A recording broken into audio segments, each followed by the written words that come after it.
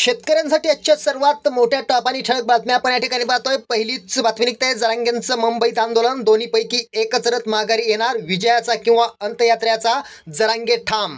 पुढली मोठी बातमी निघते ऊसाच्या एफआरपीत 15 रुपयांची वाढ, क्विंटलला मिळणार 355 रुपये दर, शेतकऱ्यांना दिलासा। पुढली मोठी बातमी निघते शेतकऱ्यांनो घरचे बियाणे वापरा, खरीप हंगामासाठी कृषी विभागाचं आव्हान। पुढली मोठी बातमी निघते विदर्भ मराठवाड्यात पावसाचा अंदाज, राज्यात 2 दिवस उन्हाचा चटका कायम राहण्याची शक्यता। पुढली मोठी बातमी निघते अतिशय मोठी बातमी निघते जातनिहाय जनगणना करणार, केंद्र सरकारचा मोठा निर्णय। पुढली मोठी बातमी निघते श्री संत तुकाराम महाराजांच्या पालखीचे 18 जूनला प्रस्थान, 6 जुलैला पंढरपूरमध्ये होणार दाखल। पुढली मोठी बातमी निघते सलोका योजनेमुळे मिटले शेतीचे वाद, शेतकऱ्यांची 4.25 लाखांची झाली बचत, शासनाकडून महत्त्वाची माहिती।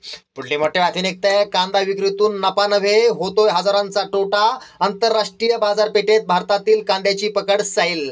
पुढली मोठी बातमी निघते जरांगे उपोषणाला बसताच ओबीसी मुंबईकडे कूच करणार, हाकेंची घोषणा, पाटलांबद्दल वापरले अपशब्द। पुढली मोठी बातमी निघते कापूस आयात शुल्क काढण्याच्या हालचाली सुरू, सूत आणि कापड उद्योगांचे लॉबिंग। पुढली मोठी बातमी निघते शेतकऱ्यांच्या खात्यात 1620 कोटी 22 एप्रिल पर्यंत जमा, कृषी विभागाची माहिती।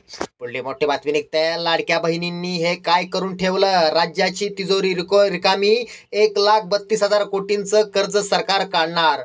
पुढली मोठी बातमी निघते आज महाराष्ट्र दिनानिमित्त 75% पीक विमा मंजूर, 4 दिवसात खात्यावर जमा होणार, कृषी मंत्री कोकाटे यांची माहिती, शेतकऱ्यांना दिलासा। शेतकऱ्यांसाठी या होत्या सर्वात मोठ्या टॉप आणि ठळक बातम्या। धन्यवाद।